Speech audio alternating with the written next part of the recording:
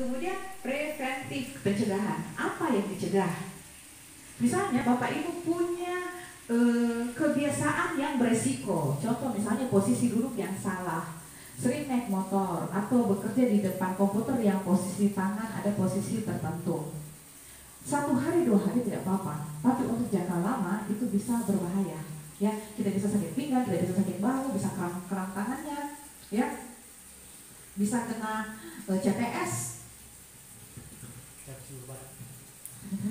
Bukan, lain itu pas sakit seluruh SBK itu. Nah, sakit seluruh batang kalian. Jadi kita melakukan pemijatan supaya ini kita sudah ada keluhan tidak menjadi sakit. Ya, itu tujuannya namanya preventif. Kemudian kuratif. Untuk level 2 ini bukan ranahnya untuk kuratif ya, tapi tidak apa-apa kita belajar. Jadi maksudnya kuratif ini pengobatan. Jadi contoh misalnya ini kuratif ini dia lebih banyak main apabila Anda belajar untuk akupunktur atau akupressor. Lebih cocok ya kuratif. Misalnya demam, kita mengobati, jadi teknik akupunktur untuk kuratif. Misalnya pada demam ada titik-titik tertentu kita tusuk, demamnya turun. Ada nyeri, sakit kepala misalnya, titik tertentu kita tusuk, sakit kepalanya hilang. Kasih turun tekanan darah, orang lagi naik tensinya, titik-titik tertentu kita tusuk, langsung tensinya turun. Itu namanya kuratif. Kemudian ada juga manfaat lain adalah rehabilitatif.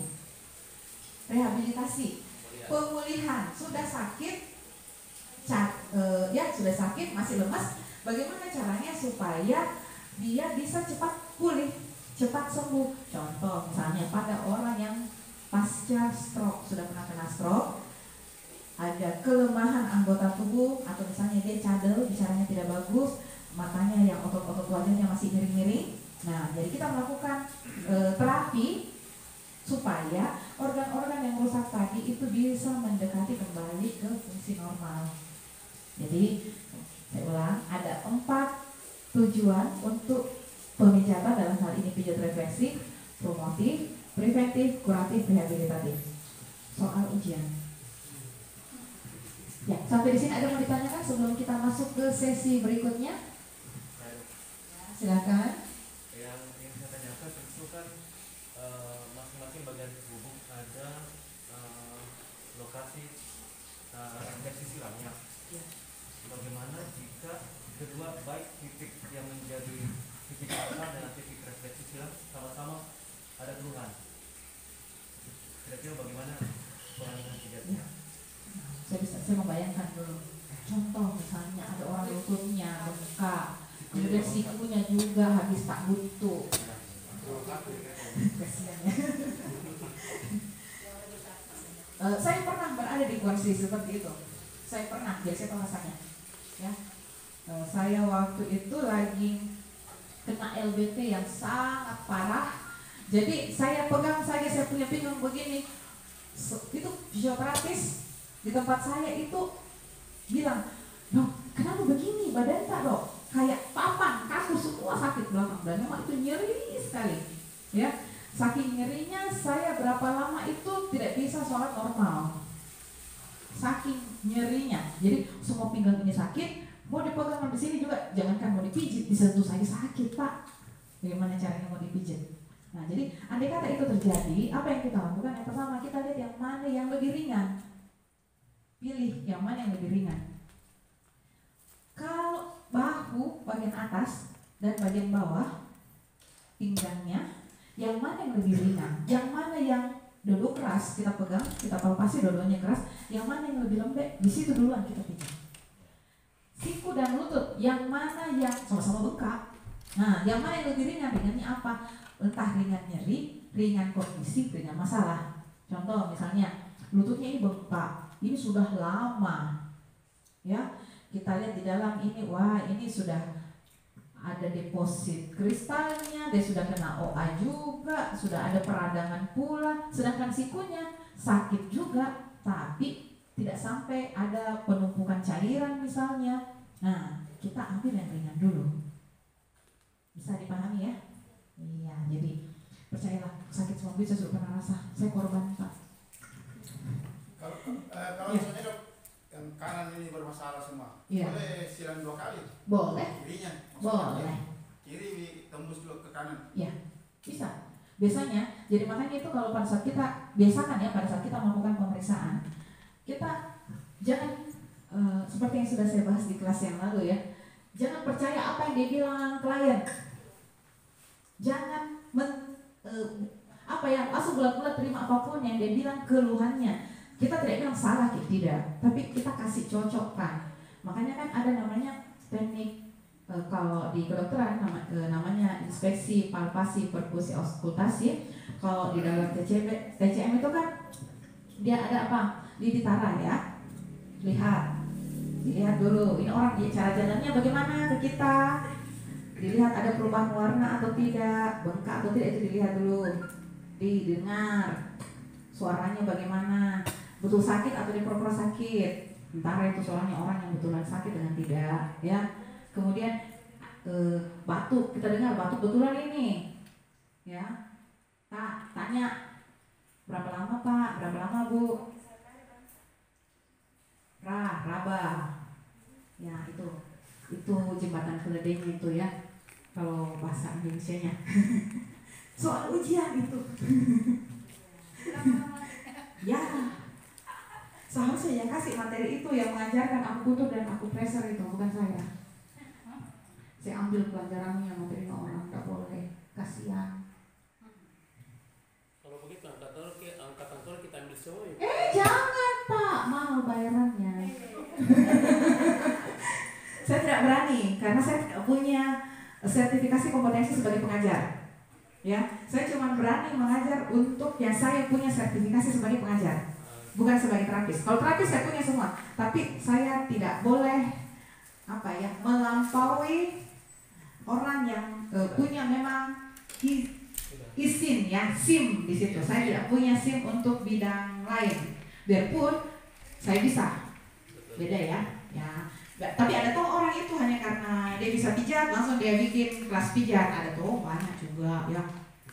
Hati-hati. Kalau saya pribadi itu melanggar etika ya, itu tidak etis bagi saya ya, tidak tahu bagi orang lain ya. Kalau saya, biarpun saya bisa ini saya tidak berani mengajar kalau saya tidak punya lisensi resmi di bidang itu. Seperti itu ya.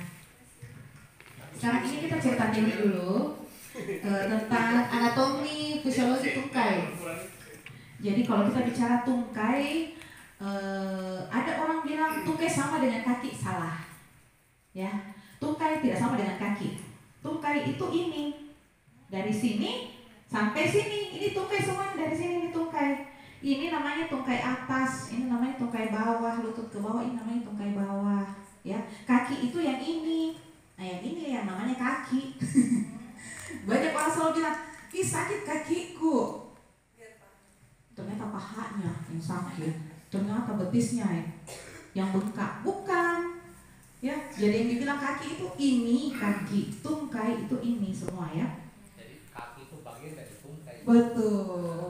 Betul sekali Pak. Kaki bagian dari tungkai ya, sederhananya begitu. Nah sekarang ini tungkai ya. Nah sekarang kalau kita bicara tentang kaki, normalnya kita ada 2 kaki ya, kaki kiri dan kaki kanan, bagian dari tungkai bawah. Nah ini adalah organ yang paling penting dan tungkai kaki ini yang menopang tubuh kita untuk berdiri, berjalan, semuanya ya. Itu semua pada kaki. Supaya kita gampang hafal, dan ini soal ujian juga.